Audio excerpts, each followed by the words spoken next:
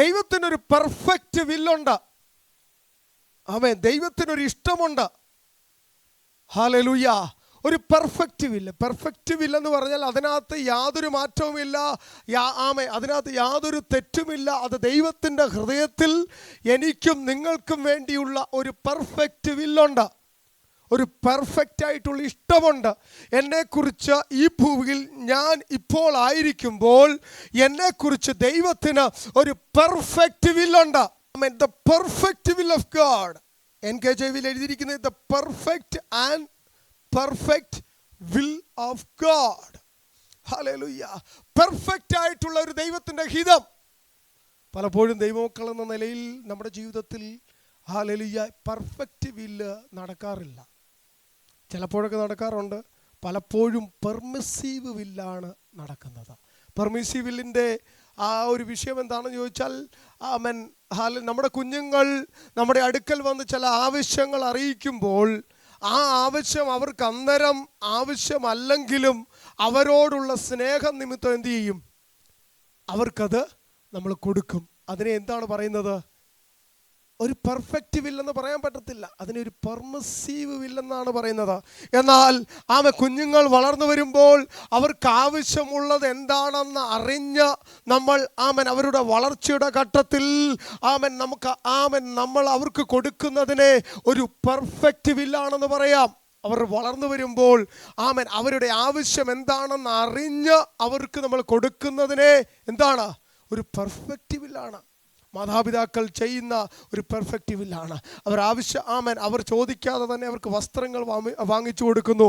അവർ വളർന്നു വരുമ്പോൾ ഹല്ലേലൂയ അവരുടെ പ്രായത്തിനനുസരിച്ച് അവർക്ക് എന്തൊക്കെ ആവശ്യമുണ്ടോ അതനുസരിച്ച് നമ്മൾ അവർക്ക് കൊടുക്കുന്നു. അതിനെ ഒരു പെർഫെക്റ്റ് വില്ലെന്ന് നമുക്ക് പറയാൻ പറ്റും. എന്നാൽ പലപ്പോഴും കുഞ്ഞുങ്ങൾ നിർബന്ധ ബുദ്ധിയോടെ നമ്മുടെ അടുക്കൽ നിന്ന് വാങ്ങിക്കുന്ന അല്ലെങ്കിൽ വഴക്കുണ്ടാക്കിയോ നിർബന്ധ ബുദ്ധിയോടെ മേടിക്കുമ്പോൾ അത് നമ്മൾ അവരോടുള്ള സ്നേഹം നിമിത്തം അന്നേരം അവർക്ക് കൊടുക്കണമെന്നുള്ള ആഗ്രഹമില്ല, അല്ലെങ്കിൽ അത് ആവശ്യമില്ല. പക്ഷെ അവരുടെ നിർബന്ധ ബുദ്ധി നിമിത്തം നമ്മൾ അവർക്ക് അനുവദിക്കുന്നതിനെയാണ് പെർമിസീവ് വിൽ എന്ന് പറയുന്നത്. ഹല്ലേലൂയ.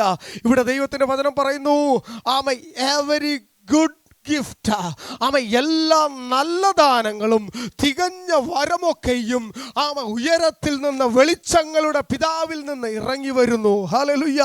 ഇന്ന് പകൽക്കാലം നമ്മളൊരു ദൈവത്തിൻ്റെ കുഞ്ഞാണെങ്കിൽ, ദൈവത്തിൻ്റെ പൈതലാണെങ്കിൽ, ദൈവത്തിൻ്റെ മകനാണെങ്കിൽ, മകളാണെങ്കിൽ ശ്രദ്ധിക്കണമേ, ഓൺ റൈറ്റ് ടൈമിൽ ശരിയായ സമയത്ത് നമുക്ക് വേണ്ടി കരുതുന്ന, നമുക്ക് വേണ്ടി ഹല്ലേലൂയ തരുന്ന ഒരു സ്വർഗ്ഗത്തിലെ ദൈവത്തെയാണ് നാം ആരാധിക്കുന്നത്, നാം സ്തുതിക്കുന്നത്. വിശ്വസിക്കുന്ന എത്ര പേരുണ്ട്? നീ ചോദിക്കാതെ നിനക്ക് ശ്വാസം തന്നവനാണ്, നീ ചോദിക്കാതെ നിനക്ക് ആരോഗ്യം തന്നവനാണ്, നീ ചോദിക്കാതെ നിനക്ക് നന്മകൾ തന്നതാണ്.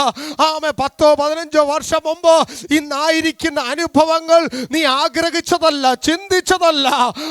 നീ ചോദിച്ചതിലും നനച്ചതിലും അത്യന്തം പരമായി നിന്റെ ജീവിതത്തിൽ വർഷങ്ങൾക്ക് മുമ്പേ നിനക്ക് വേണ്ടി കരുതി വെച്ച സമയത്ത് നിന്റെ ജീവിതത്തിലേക്ക് പകർന്നു തന്ന ഒരു സ്വർഗത്തിലെ പിതാവിനെയാണ് ഇന്ന് രാത്രി വൈകിയ സമയത്ത് നാം ആരാധിക്കുന്നത്. ഓ ഹല്ലേലൂയ, ഹല്ലേലൂയ, ഹല്ലേലൂയ, ഹല്ലേലൂയ. 20 വർഷം മുമ്പ് നീ ചിന്തിച്ചതല്ല ഇന്ന് നീ കാണുന്നത്, നീ അനുഭവിക്കുമെന്ന്. ഹല്ലേലൂയ.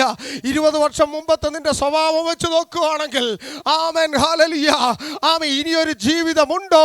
ഇനിയൊരു ഭാവിയുണ്ടോ? എനിക്കും ഉയരാൻ കഴിയുമോ? എനിക്കും അനുഗ്രഹിക്കപ്പെടാൻ കഴിയുമോ? എന്നെ ദൈവം കാണുന്നുണ്ടോ എന്ന് ചോദിച്ച ചോദ്യങ്ങൾ, ജീവിതത്തിന്റെ അനുഭവങ്ങൾ നിന്റെ ജീവിതത്തിൽ ഉണ്ടായിരുന്നു. എന്നാൽ ദൈവം തക്ക സമയത്ത് ജീവിതത്തിന് വേണ്ടുന്നതല്ല തന്നു മാനിച്ചത് ഓർത്ത് ദൈവത്തിന് നന്ദി പറയാം. ആ പെർഫെക്റ്റ് വിൽ ഓഫ് ഗാഡ് ഇന്നുകളിൽ ഞാൻ അനുഭവിക്കുന്നതല്ല ദ പെർഫെക്റ്റ് വില്ലിനകത്ത് പെട്ടത്. ഈ പെർഫെക്റ്റ് വില്ലിൻ്റെ ഒരു പ്രത്യേകത, നമ്മുടെ എഫോർട്ടിൻ്റെ ആവശ്യമില്ല. ആമേൻ. ചില പെർഫെക്റ്റ് വില്ലുകൾക്കൊരു ടെസ്റ്റ് വെച്ചിട്ട് ദൈവം കയറ്റി വിടാറുണ്ട്. ആ ടെസ്റ്റ് ഹല്ലേലൂയ ആ വില്ലിലേക്ക് നടത്തപ്പെടാതിരിക്കാൻ വേണ്ടിയല്ല. ആമേൻ. നിന്നെ ഒന്ന് ടെസ്റ്റ് ചെയ്ത് നിന്നെ ഒന്ന് പുതുക്കിയിട്ട നിന്നെ കയറ്റി വിടുന്ന ചില പ്രമോഷനുകളാണ്. ആമേൻ. മനസ്സിലാകുന്ന എത്ര പേരുണ്ട്? ആമേൻ. ചില പ്രമോഷനുകളിലേക്ക് ദൈവം നിന്നെ കടത്തിവിടുമ്പോ ആമേൻ ജീവിതത്തിന്റെ ചില മേടുകളിൽ സമയങ്ങളിൽ ആമേൻ ചില ടെസ്റ്റുകൾ ആമേൻ വെച്ചിട്ട് ചില ടെസ്റ്റുകൾ വെച്ചിട്ട് ആ ടെസ്റ്റ് പാസ്സാക്കി അവൻ അടുത്ത ലെവലിലേക്ക് നിന്നെ മാറ്റും. അബ്രഹാമിന് സന്തതിയെ കൊടുക്കാം എന്നുള്ളത് അല്ലെങ്കിൽ കൊടുക്കുമെന്നുള്ളത് ദൈവത്തിന്റെ പെർഫെക്റ്റ് വില്ലിനകത്ത് പെട്ട കാര്യമാണ്. എന്നാൽ 22-ാം അധ്യായത്തിൽ അബ്രഹാമിനോട് ആമൻ ദൈവം പറയുകയാണ്, നിന്റെ ഏകജാതനായ മകനെ ആമൻ ഞാൻ പറയുന്ന മലയിൽ കൊണ്ടുവന്ന് അവനെ എനിക്ക് ഹോമയാഗം കഴിക്കാം എന്ന് പറയുമ്പോൾ അത് അവന്റെ ജീവിതത്തിലൊരു ടെസ്റ്റാണ്. ആ ടെസ്റ്റിന് അപ്പുറത്ത് ഒരു പെർഫെക്റ്റ് വില്ല അവന് വേണ്ടി കൊടുക്കുന്ന ഒരു ദൈവമുണ്ട്, അവന് വേണ്ടി ചെയ്തെടുക്കുന്ന ഒരു ദൈവമുണ്ട്. നിന്റെ ജീവിതത്തിൽ ദൈവം അനുവദിച്ചത് കൊണ്ടാണ് ഇവിടെ ആയിരിക്കുന്നത്, ഈ അനുഭവത്തിലായിരിക്കുന്നത്, ഈ വചനം കേൾക്കുവാൻ ദൈവം നിന്നെ കൂട്ടി വരുത്തിയിരിക്കുന്നത്. ഈ പെർഫെക്റ്റ് വില്ലിന്റെ പ്രത്യേകത നമ്മുടെ എഫോർട്ടിന്റെ ആവശ്യമില്ല. ആമൻ. എത്ര വലിയ മലയാണെങ്കിലും എത്ര വലിയ പൊസിഷൻ ആണെങ്കിലും വലിയ മതിലാണെങ്കിൽ whatever it may be ദൈവം അതിന് അതിലേക്കൂടെ നിന്നെ കയറ്റിവിടാം. ആമൻ. ദൈവത്തിന്റെ വചനം പറയുന്നു, ദാവീദിനെ കുറിച്ച് യെരൂശലേം സിംഹാസനമാക്കി അവൻ ഭരിക്കണമെന്ന് ആമൻ കാട്ടിൽ ആടുകളെ മേയിച്ചു നടക്കുമ്പോൾ തന്നെ ദൈവത്തിനൊരു പെർഫെക്റ്റ് വില്ലുണ്ടായിരുന്നു. ആമൻ. ആ വില്ലിലേക്ക് നടത്താൻ അവന്റെ മേലൊരു അഭിഷേകത്തെ പകർന്നു. ആ വില്ലിലേക്ക് നടത്താൻ അവൻ രാജ്യത്തെ ഗോലിയാത്തിനെ തകർത്തു കളഞ്ഞു. ആ വില്ലിലേക്ക് നടത്താൻ അവനെ നീർപ്പാത്തിയിൽ കൂടി കടത്തി. ദൈവത്തിന്റെ പെർഫെക്റ്റ് വില്ല യെരൂശലേം ആസ്ഥാനമാക്കി ദാവീദ് തന്റെ സിംഹാസനത്തിൽ ഇരുന്ന് ഭരിക്കണമെന്നുള്ളത് ദൈവത്തിന്റെ പെർഫെക്റ്റ് വില്ലായിരുന്നു. ആ പെർഫെക്റ്റ് വില്ലിലേക്ക് കടന്നു വരുമ്പോൾ യെബൂസ്യൻ പറഞ്ഞു, നീ ഇവിടെ കടക്കത്തില്ല, കുരുടന്മാരും മുടന്തന്മാരും മതി നിന്നെ തടയാനെന്ന് പറഞ്ഞപ്പോൾ അവിടെ കാണുന്നത്, എങ്കിലും ദാവീദ് സിയോൻ കോട്ട പിടിച്ചോ.